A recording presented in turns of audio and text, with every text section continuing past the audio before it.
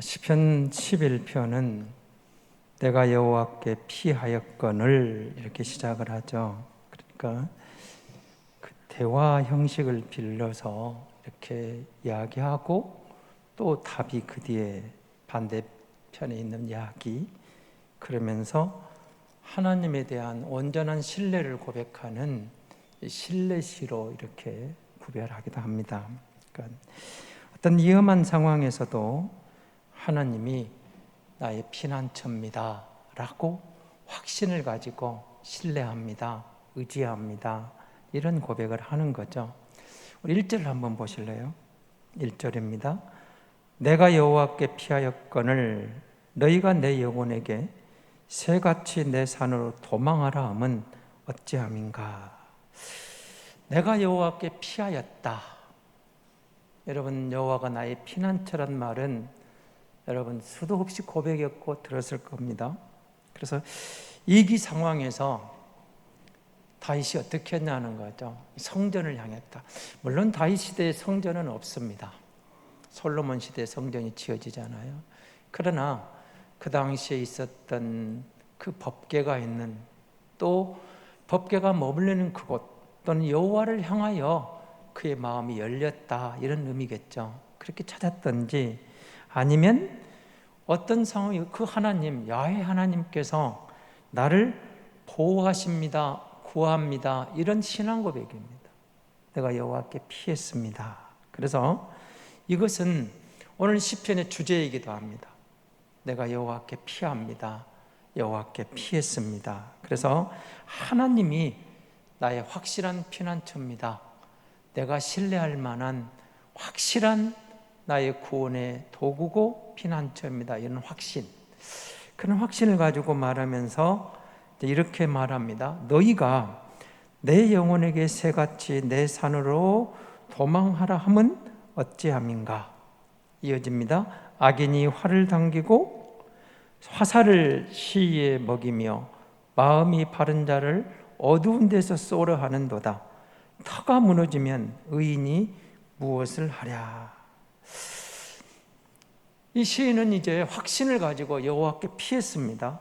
그런데 사람들이, 주변에 있는 이들이 새같이 산으로 도망하라 이렇게 말합니다. 그러니까 나는 내가 믿는 하나님을 향하여 어려움 가운데 믿음으로 다가갔는데, 믿음으로 피난처를 삼고 확신 가운데 여호와를 신뢰하고 나아가는데, 사람들이 하는 충고가 그 말입니다. 주변에 사는 말이 새처럼 하나님께로 산으로 피해가라, 이런 말을 하는 거죠.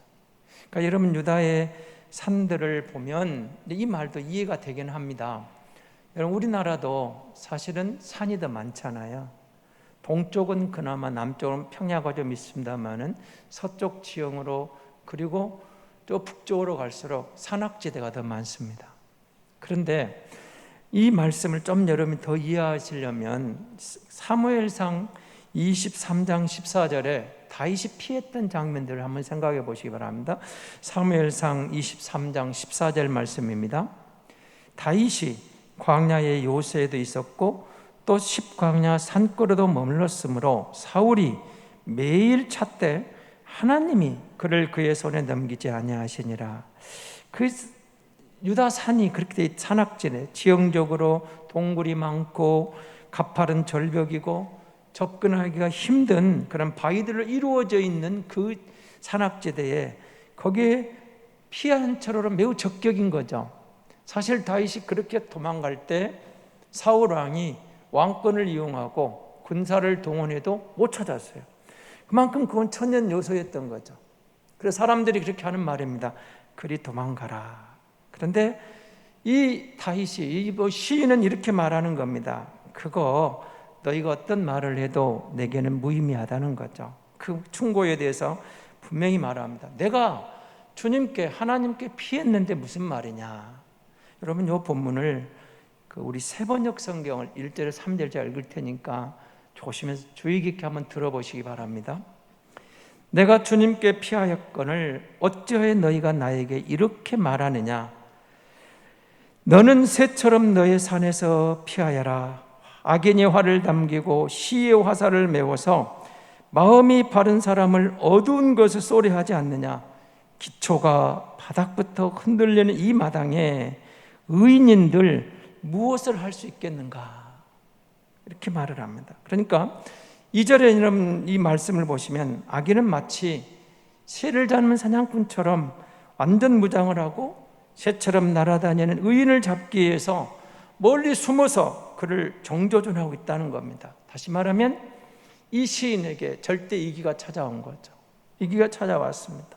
그래서 3절에 터가 무너지면, 여러분 터가 무너지면 삶의 기초, 사회적인 기초가 무너져 버렸어요. 삶의 터전이 와르르 무너져버린 이런 환경 속에서 과연 예수 믿는다는 너 의인인들 뭘 할 수 있겠느냐, 의인이 무엇을 하랴, 그런 외침들을, 그러죠. 그 가운데 의인이 뭘 할 수 있겠습니까? 절망감, 그렇게 먹을 수가 있겠죠. 여러분, 우리가 이 본문을 보면서 이런 생각을 합니다. 터가 무너졌다. 여러분 삶은 터가 무너진 걸 경험해 본 적이 없습니까? 정말 어려울 때, 어쩌면 오늘 우리 코로나 시국일 수도 있겠죠. 아멘. 여러분, 지난주 건강검진을 갔더니 췌장암 말기입니다. 유방암 3기입니다. 이런 진단을 받고 대장암 말기입니다. 여러분, 만약에 내가 그런 진단 결과를 받고 나면 어떤 마음이 들까요? 뭔가 하루로 무너지잖아요. 터가 무너지는 거. 그런가 하면 여러분, 정말 내 곁에 있던 그 가족이 어느 날 갑자기 죽음을 맞이해요. 여러분, 지난주 어제 KPM이 긴급 막 문자를 날려서 기도를 요청해 옵니다. 저희 교회도 재작년에 왔을까요? 이정건 KPM 선교사님, 지금은 이제 그 KPM 선교사는 아니고 거기 임기를 마치고 다녔는데, 그분이 이제 익산에서 목회를 했던 분이기 때문에 익산에 장례식이 있어서 익산을 갔어요. 장례식을 들려서 다시 대전으로 돌아가는데 유성 IC에서 차가 와서 받았어요. 본인은 괜찮은데 문제가 생겼습니다. 곁에 있는 사모님이 뇌사 상태에 빠졌어요. 선교사들이 총동원하고 교회에 기도 제목을 보내면서 긴급 기도해 주세요. 여러분 보십시오. 아니, 금방까지 내 곁에서 같이 차를 몰고 장례식장 갔던 내 아내가 갑자기 뇌사 상태에 빠졌어요. 그럼 선교사람들 무슨 일을 할 수 있겠어요? 하나님께 부르짖으면서 터가 무너지죠. 이게 터가 무너진 거예요. 여러분, 그런가 하면 여러분 남편이 사업을 잘 나가요. 근데 항상 요즘에 우리가 공무원, 교사가 인기가 좋아서 안정적이니까 사업을 하다 보면 잘 나가다가 그냥 하루아침에 부도가 날 수가 있어요. 내 남편이 사업이 너무 잘 됐어. 누구에게 내놔도 자랑스러웠던 사업가. 그런데 어느 날 갑자기 사업이 부도가 났어. 생각도 못한 일이잖아요. 우리 아버지가 부도가 났어. 지금까지는 내가 그야말로 상류사에 살았는데 어느 날 갑자기 저 밑으로 그 대골 같은 집에 살다가 사골세방으로 떨어져, 그마저 없어. 길거리에 나앉게 생겨 있어요. 이게 뭐예요? 터가 무너진 거예요. 이럴 때 이 말입니다. 그 터가 무너진 그 절박한 순간에서 다윗이 그런 위기를 만났는데 다윗이 하나님께로 찾아가는 답을 찾은 거예요. 하나님께로 피했어요. 사람들이 이렇게 말하는 겁니다. 야, 너 그럼 이 시간에 무슨 하나님이야? 무슨 기도야? 이 상황에서 너 좀 살고 봐야지. 빨리 도망가. 일단 너 살고 봐야 될 거 아니야. 이때 무슨 기도야? 이때 무슨 예배야? 이때 무슨 하나님이야? 일단 네가 살고 봐야지. 도망가 이러는 거예요. 이러면 즉기 인간적인 충고가 오는 거예요. 다윗은 절대 절망의 순간에 여호와를 확신하고 신뢰하고 나가서 하나님께 피했는데 주변 사람들은 말이 아니야, 지금 그 시간이 아니라 그거예요. 지금이 그럴 때냐? 지금이 예배당에 갈 때냐? 지금이 기도할 때냐? 도망가야지. 우선 살고 봐야지. 많은 사람들이 충고를 해오는 거예요. 그럼 그런 순간 없었을까요? 터가 무너져. 지금까지 살아온 모든 것이 무너져 버려. 아니면 내가 살던 사회가, 국가가, 여러분 아프가니스탄을 바라보시면 무슨 생각을 합니까? 한순간에 무너져 버렸어요. 미얀마를 보세요. 우리나라는 이미 일제의 참사를 겪고 6.25의 아픔을 겪었어요. 터가 무너지는 사회의 기반이 무너져버린 상황을 겪었어요. 대한민국의 국군이 풍전등화하던 6.25 그 앞에서 비난길에 올라와 있는 부산에서 목사님들이 눈물 흘려 회개하고 기도하는 거예요. 하나님 이 민족을 불쌍히 여겨달라고. 기적같이 여러분 유엔군이 도착하고 아쉽게도 아직까지 통일은 염원하지만 남한 땅이라도 자유를 누리고 있는 것도 하나님의 은혜 아닐까요? 여호와께로 피할 때, 여호와께로 피하였거늘 그 말입니다. 여러분 4절 5절을 보시기 바랍니다. 여호와께서는 그의 성전에 계시고 여호와의 보좌는 하늘에 있으며 그의 눈이 인생을 동촉하시고 그의 안목이 그들을 감찰하시도다. 여호와는 의인을 감찰하시고 악인과 폭력을 좋아하는 자를 마음에 미워하시도다. 하나님은 의로운 분입니다. 이런 신뢰. 그럼 다시 고백을 하는 거예요. 그 순간 내가 하나님께 피했는데 저들이 나더러 산으로 도망가라 뭐라 인간적인 많은 충고, 누구를 찾아가 봐라 막 하는데 나는 말씀 가운데 기도 가운데 내 답을 찾아서 하나님께로 의지하고 신뢰하고 나아가는데 많은 이야기가 들려오는 거예요. 그런데 다윗이 이렇게 고백하는 거예요. 하나님은 의로운 분입니다. 그래서 그 하나님은 성전을 향하여 보좌에 계신 하나님을 본 거예요. 하나님을 향하여 세상에 하나님이 왕이십니다. 하나님이 성전에 계십니다. 하나님은 저 하늘 보좌에 계십니다. 하나님은 내 곁에 계신다면서 보좌에 계신다, 성전에 계신다, 이 말 속에 그런 거예요. 하나님이 내 곁에 계십니다. 저 하늘에 계십니다. 이 말 속에는 하나님이 크신 하나님입니다. 모든 것을 하나님이 다스립니다. 하나님 손안에 있습니다. 하나님이 왕이십니다. 누가 뭐라 해도 우주 만물을 지으시고 통치하신 진정한 왕은 하나님입니다. 하나님이 성전에 계십니다. 내가 언제든지 피하면 하나님은 그곳에 나를 맞아주실 수 있는 그 하나님은 의로우신 분입니다. 이런 고백을 하는 거죠. 하나님에 대한 신뢰를 고백하면서 그렇게 나아가다가 뭐라고 하죠? 하나님은 4절 끝에 뭐라고 되어 있어요? 그의 눈이 인생을 동촉하시고 그의 안목이 그들을 감찰하십니다. 이런 표현이 나옵니다. 여기 인생들입니다. 하나님의 눈이 인생들을 주의 깊게 통촉하시는 거예요. 감찰하시는 거예요. 인생들은 누구냐는 비천한 자리라는 의미가 있거든요. 사실은 하나님이 그렇게 할 만한 가치가 없음에도 불구하고 그들을 주의 깊게 통촉하십니다. 감찰하십니다. 하나님의 눈은 인간의 내면을 보고 있다는 거예요. 마음을 읽고 계시다는 거예요. 하나님이 감찰하세요. 우리를 검사하고 계세요. 우리를 시험하고 계세요. 우리를 분석하고 계세요. 그분은 의로운 분이에요.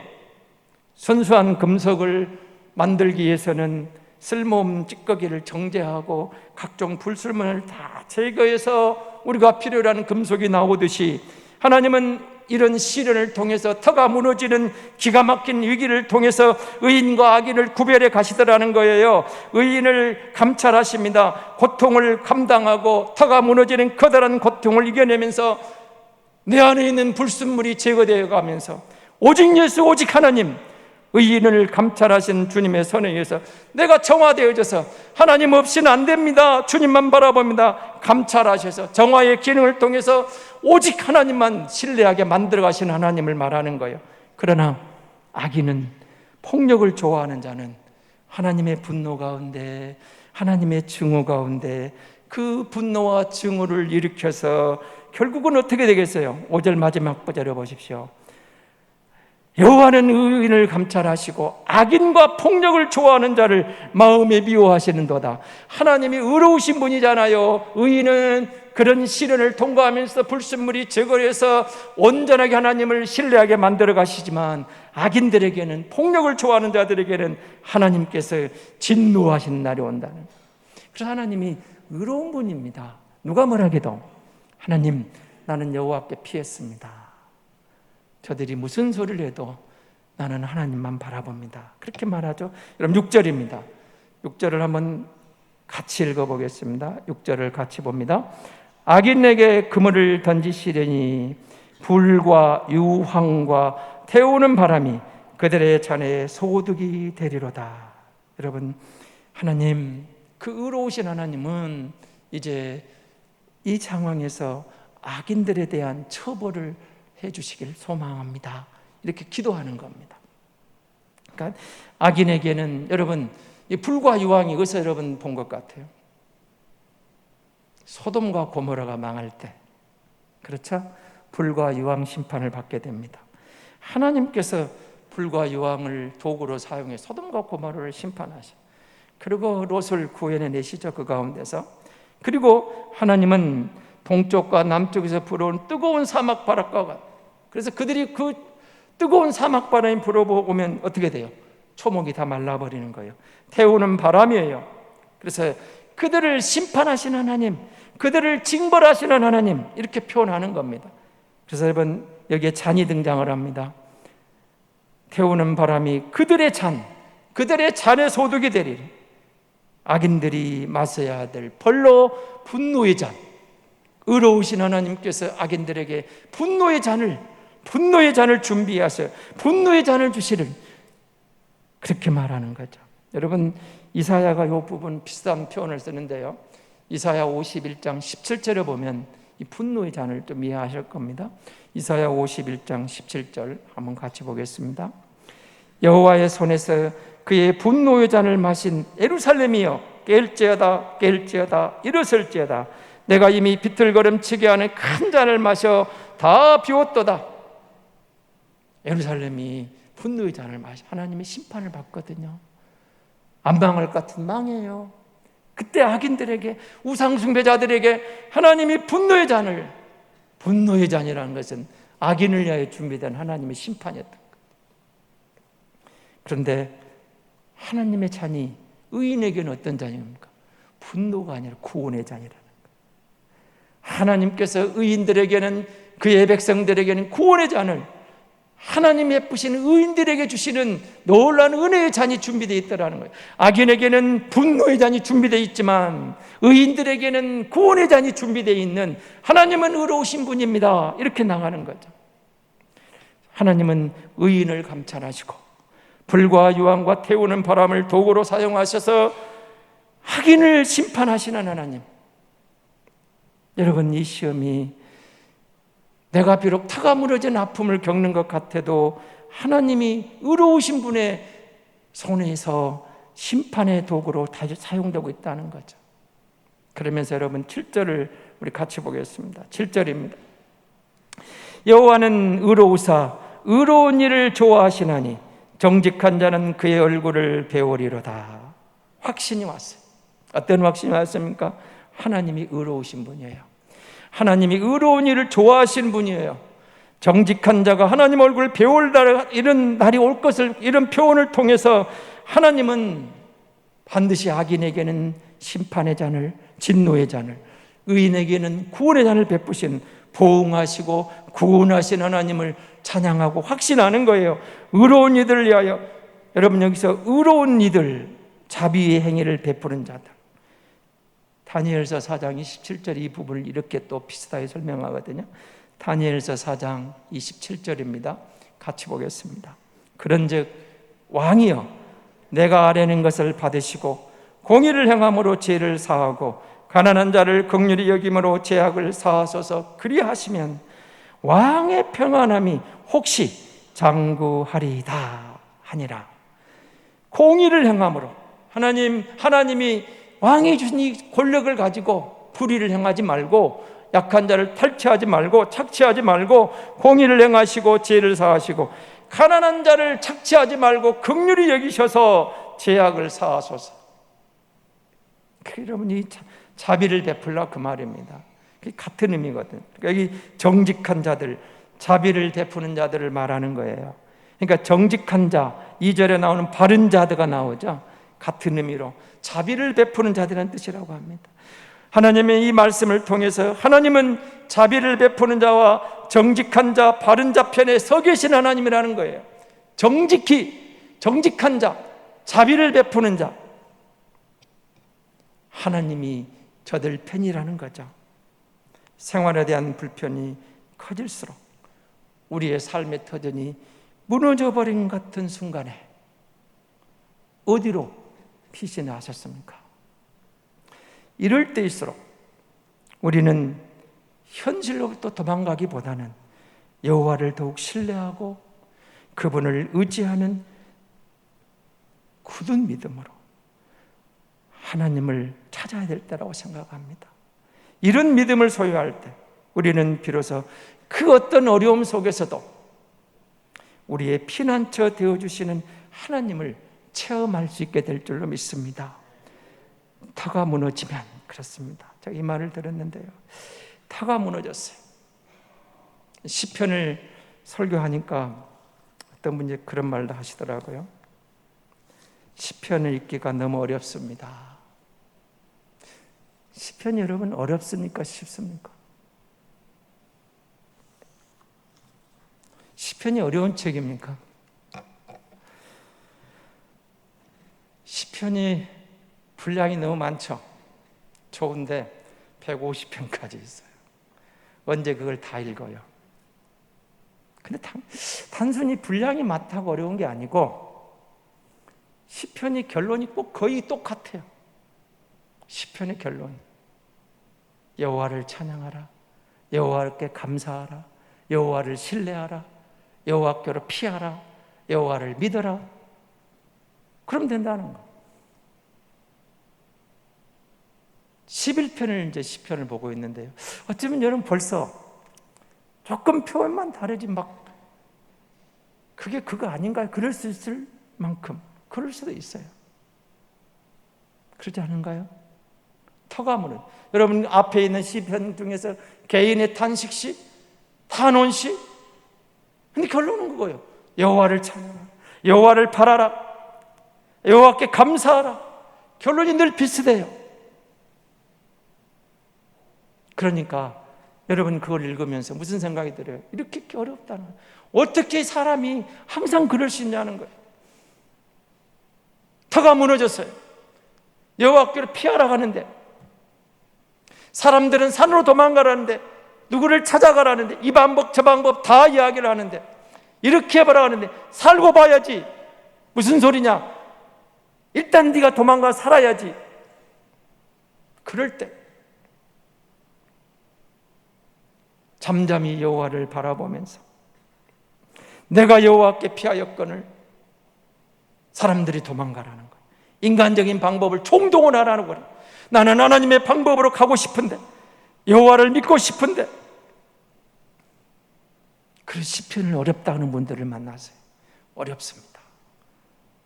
그런데 여러분, 다윗이 이대한 점은 바로 이런 것 아닐까요? 그 여러 다양한 사정, 가정의 문제, 본인의 문제, 국가의 문제, 터가 무너져버린 다양한 사건 속에 어쩌면 다윗은 한결같이 답을 여호와께 찾아냅니까? 여호와께로 피하였거나 여호와를 향합니다. 여호와를 찬양하라, 여호와께 감사하라. 끝까지 그렇게 가요. 한결같이 가요. 어쩌면 다윗은 그런 신앙 고백의 사람이 되었을 거예요. 이런 마음이 하나님 보시기에 내 마음에 합한 자라고 하지 않았을 거예요. 내 마음에 합한 사람. 여러분과 교회에 와서 예배드리면서 뭘 구하십니까? 새로운 지식을 원합니까? 오늘 좀 새로운, 좀 내 마음에 조금 예전에 듣지 못한 그런 설교가 좀 나오길 원하십니까? 우리의 신앙은 지식을 얻는 게 아닙니다.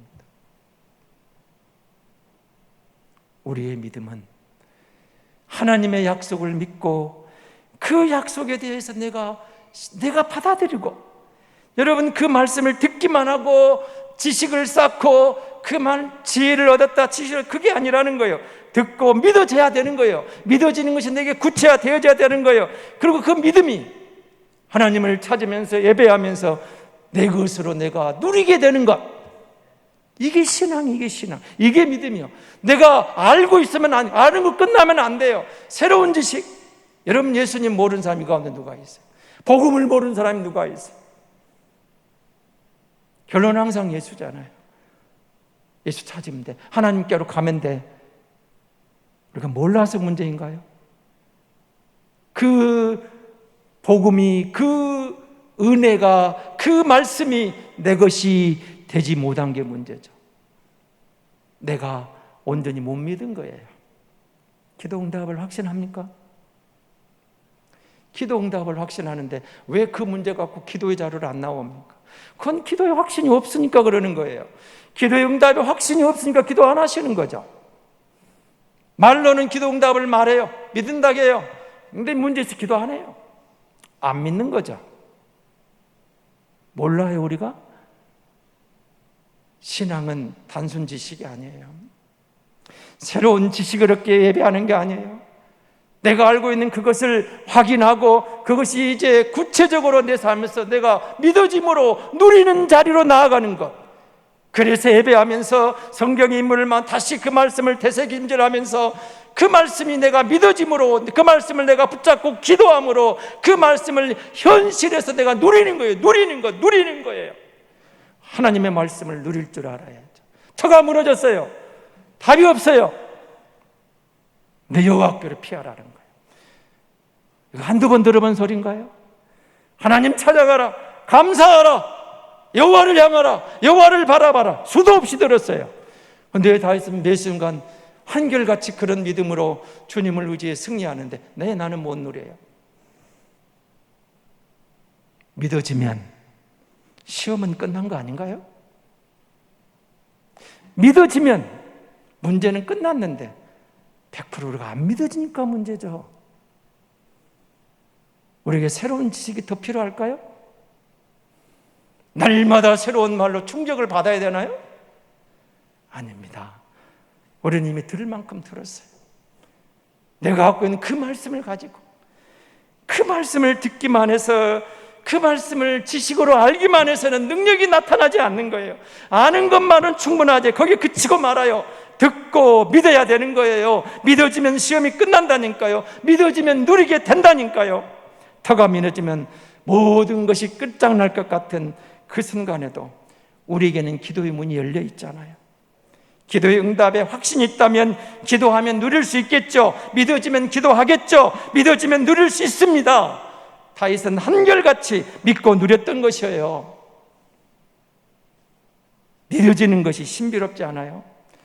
믿음으로 구원받는데 그렇게 말해도 안 믿잖아요.